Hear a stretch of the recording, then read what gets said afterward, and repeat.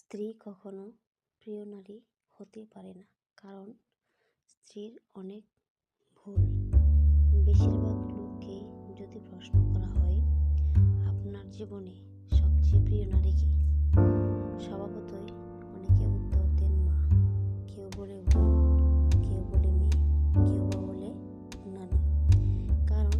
সে তাকে কোলে পিঠে করে